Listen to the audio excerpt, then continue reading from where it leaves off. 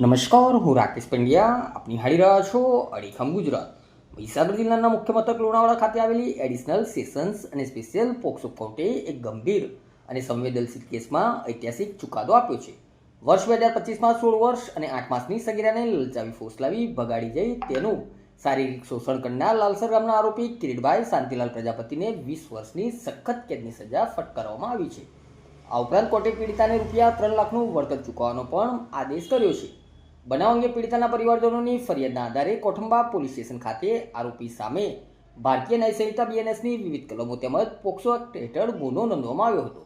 Police દ્વારા તાત્કાલિક તપાસ હાથ ધરી આરોપીની ધરપકડ કરી કોર્ટમાં ચાર્જશીટ રજૂ કરવામાં આવી હતી. આ કેસ મહીસાગરના સ્પેશિયલ પોક્સો જજ અને એડિશનલ સેશન્સ જજ એનજી દવે સાહેબની કોર્ટમાં ચાલવા ઉપર આવ્યો હતો. સરકાર પક્ષે સરકારી વકીલ જયવીરસિંહ જી સોલંકી ઉપસ્થિત રહ્યા હતા.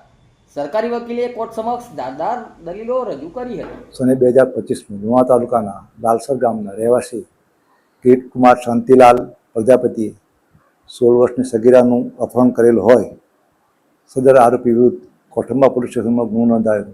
ત્યારબાદ સદર ગુનાની તપાસ પીઆર બળાત્નાવે કરેલી. આરોપી વિરુદ્ધ પૂરતો પુરાવો હોય મહીસાગર ડિસ્ટ્રિક્ટ કોર્ટમાં ચાર્જશીટ થયેલો. ત્યારબાદ સદર કેસ એડિશનલ સેશન જજ અને સ્પેશિયલ પોક્સો જજની કોર્ટમાં ચાર્જ હતો.